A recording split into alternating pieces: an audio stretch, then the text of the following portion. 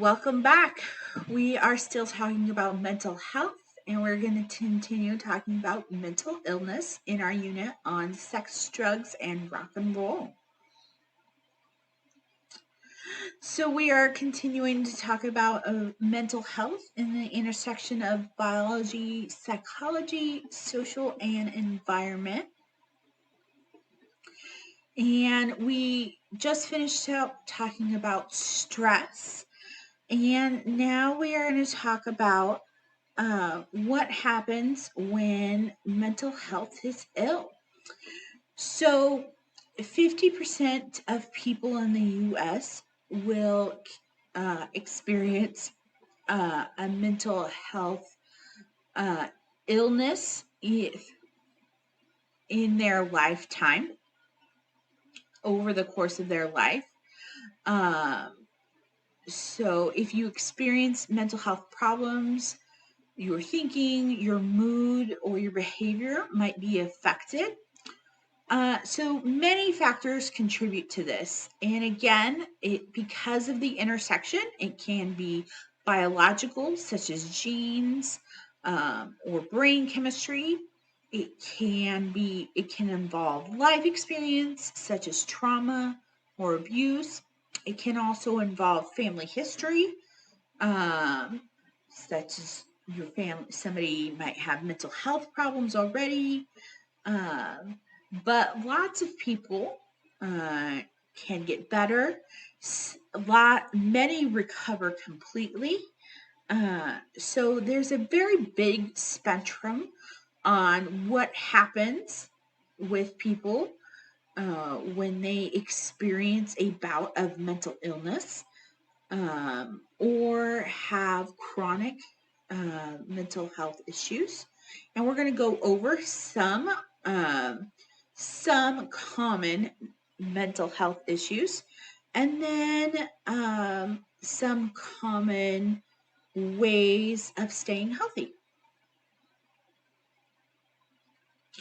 So, mood disorders is one of the number one mental health issues. 1 in 10 adults suffers from some type of mood disorder, and these are the most common mood disorders. So, depression is a very common mood disorder. It is characterized by a combination of symptoms that interfere with normal function, relationships, or the enjoyment of life. And it is more than just having the blues. It is really that last factor. It really interferes with the enjoyment of life and normal function of life. So there's different types of depression, for sure, and there is different ways they diagnose it, and you can have bouts of depression and major depression and chronic, but that is the simple definition. Bipolar disorder is considered a mood disorder, and there are different types of bipolar disorder, but this is the simpler definition. It causes unusual shifts in mood, energy, activity levels, concentration, and the ability to carry out day-to-day tasks. And again, there are different types of bipolar disorder. And it is also a mood disorder. Seasonal affective disorder, or SAD, is characterized by the onset of depression during the winter months when there's less natural sunlight. And we're going to go deeper into treatments a little bit. But as the previous slide said, all things have treatments, and some people have even experienced recovery from some things. I have a very good friend who has bipolar and who is a medical doctor. So lots of people can have mood disorders and be very successful in life. So you can have suffer from depression, have bipolar, and be very successful with proper mental health care. Anxiety disorders. 18% of U.S. adults experience anxiety disorder. It is very common. People with anxiety disorders respond to certain objects or situations with fear and dread or terror. So there's lots of different types of anxiety disorders. This is some of the most common. So there's generalized anxiety disorder, or GAD. And GAD people display excessive anxiety or worry most days for at least 6 months about a number of things such as personal health, work, social interactions, and everyday routine life circumstances.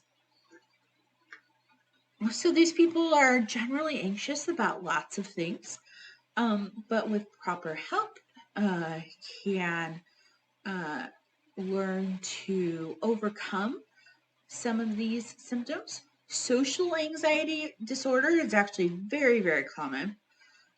General intense fear or anxiety towards social or performance situations.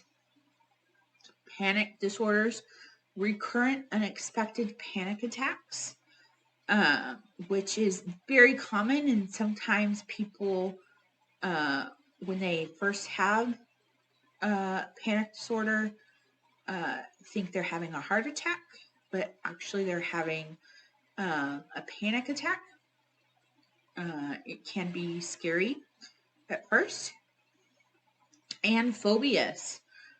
People who have a specific phobia have an intense fear or feel intense anxiety about specific types of objects or situations.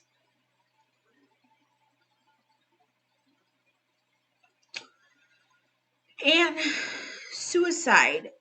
Suicide is not necessarily a diagnosable situation, but it is a result of many, can be a result of many different types of mental health things and issues.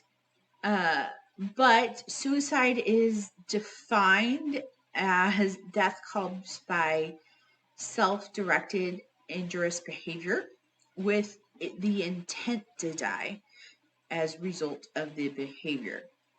It is the 10th leading cause of death in the United States. However, that is slightly misleading. This chart shows that it is the second leading cause of death for people between the age of 10 to 34. So people of young and healthy age, it is the second leading cause of death. So it is a very real problem. It is the fourth leading cause of death for people 35 to 54. And then as you get older, it becomes a much not less risk, but the leading causes of death tend to be more like heart disease and cancer and diabetes. But it is a very real problem for people of young ages, under the age of 35, for sure. And the risk factors for suicide are substance abuse, exposure to suicidal behavior of others, including in fiction. That's why the push for having trigger warnings on lots of media.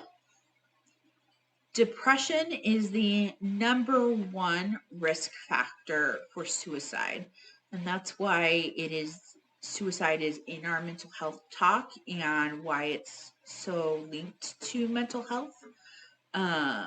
15% of those who are clinically depressed die by suicide. So what can we do to help treat? 80% of people that seek treatment for depression are treated successfully, which is really, really great. Many who attempt suicide actually never seek professional care. So if we can help change those numbers of those who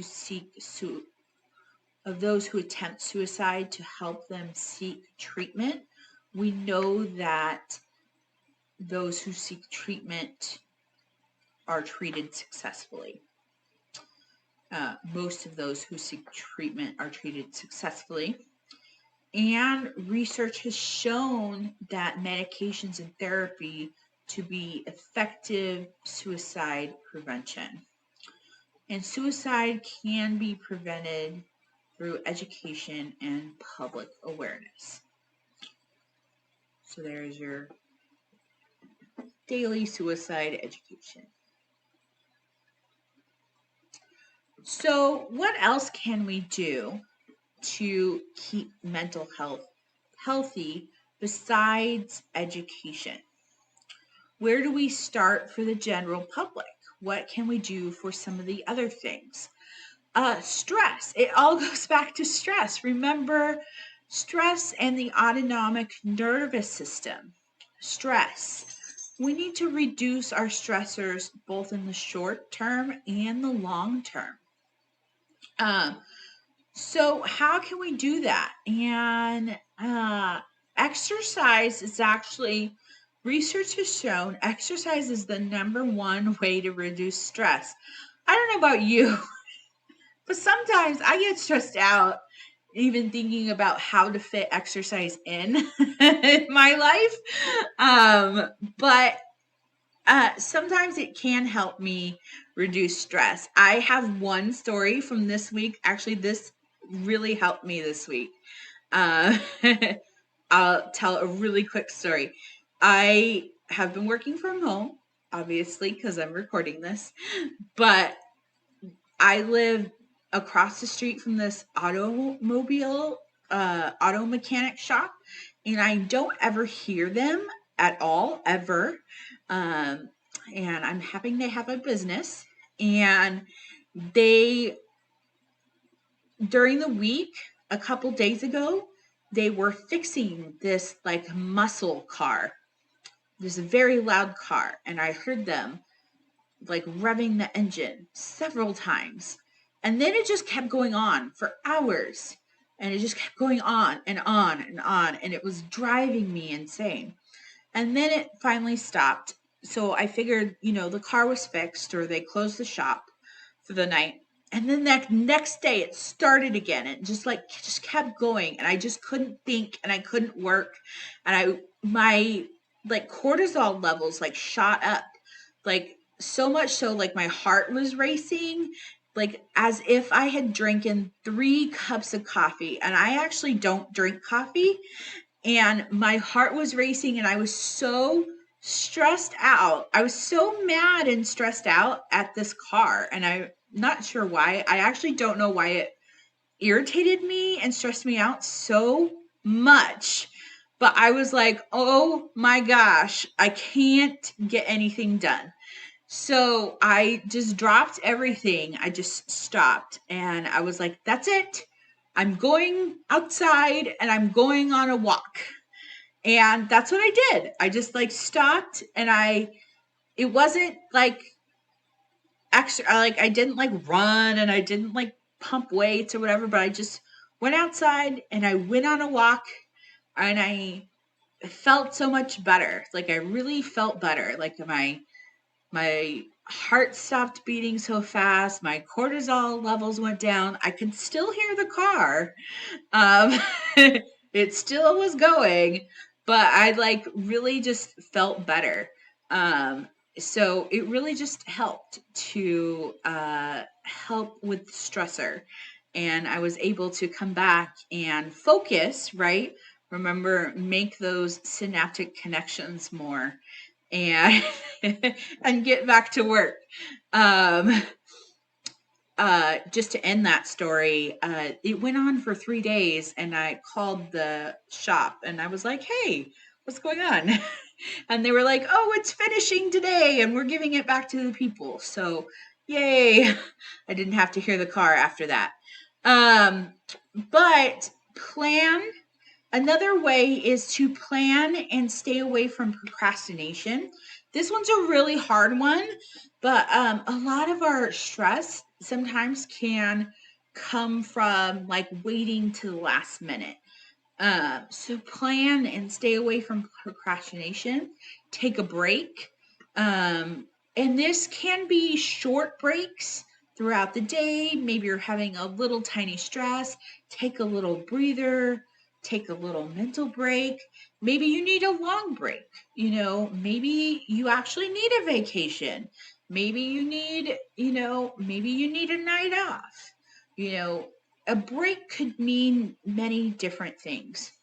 Reduce caffeine intake. Actually, this is research has shown this is caffeine is a drug, and it does have physical effects to help rise cortisol levels. Um, it helps do a lot of physical things, but it can help reduce your stress when you reduce caffeine intake. And set boundaries. Setting boundaries can do wonders for reducing stress. And what does that mean? Well, it could mean varying different things. Maybe you took on too many things at one time.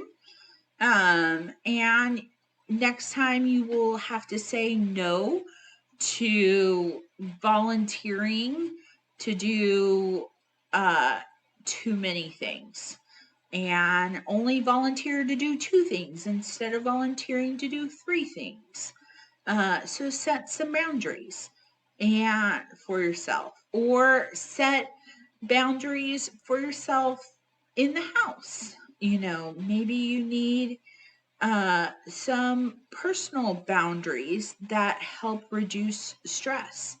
I'm trying to think of a really good one that's for me that I set boundaries for that reduce stress. That is easy. Can't think of a great one example of that. But there is more in the lab of great ways to reduce stress and how stress affects our brain. So please do look at the lab module. How else can we keep our mental health healthy? Mindfulness. So mindfulness is one of those things that people talk about, and I feel like everybody's like, "Oh yes, I practice mindfulness. Do you practice mindfulness?" And everybody's like, "Oh yes, of course I practice mindfulness." And nobody is practicing mindfulness out there. Mindfulness is very difficult. So let me give you the definition. Mindfulness is the idea of learning how to be fully present and engaged in the moment, aware of your thoughts and feelings without distraction. It can be like meditation, but it also can be being aware of what you're doing specifically. So you can mindfully eat, You can mindfully drive. You can mindfully watch this lecture. But you can also mindfully meditate. It is very difficult. I will say mindfulness is something I struggle with a lot because my mind travels at 1,000,000 miles a minute, and mindfulness is very hard for me. But mindfulness is research has shown over and over and over again that it reduces stress and anxiety. It improves attention and memory. And how does it do that? It's not all in your head. Like I said, you can practice it many different ways, but how does it do that? It exercises your mind. So what are you doing? Is you are practicing how to mindfully manage your thoughts and mindfully manage your mind. Um, so for me, it is very difficult because my mind runs a mile a minute, and if I sit and try to meditate and only be in the moment, then my mind is thinking of, what do I need to pick up at the grocery store?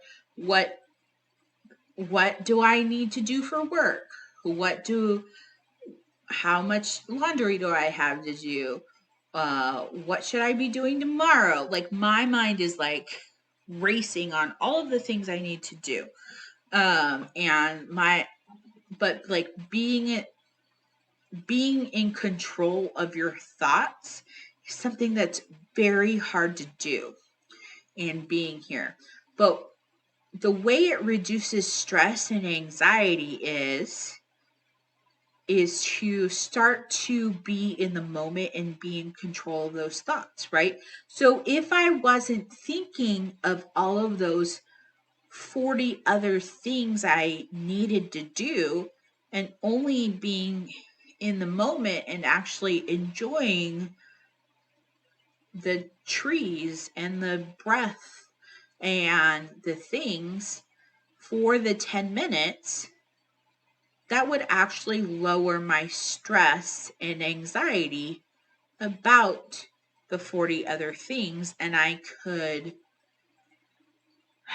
when I get to those things, pay attention to them individually. If I learn to control and pay attention to those things individually, it's very hard to do, but that's the point of mindfulness. I will say I struggle with this a lot. I would love to be able to do it. People at Harvard, mindfulness comes a lot. There's a lot of research out of Harvard out of it, from mindfulness. There's a lot of mindfulness workshops out there. I will link to some. It is so hard for me, but I would love to be able to do this and reduce my stress and anxiety and improve my attention and memory so much. I hope that you are able to do this. What else can you do besides stress and mindfulness? Treatments, of course. There are treatments. So if you feel like you are running into some mental health and mental illness, there are professionals, of course. And there are different types of professionals. This is in your textbooks, and there are so many different types of professionals. This is broken down in your textbook.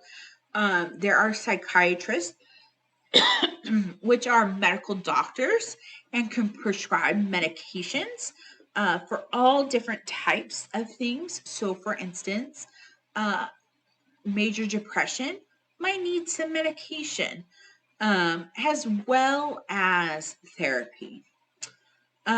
Psychologists do various types of cognitive and behavioral therapy, but not necessarily do medication.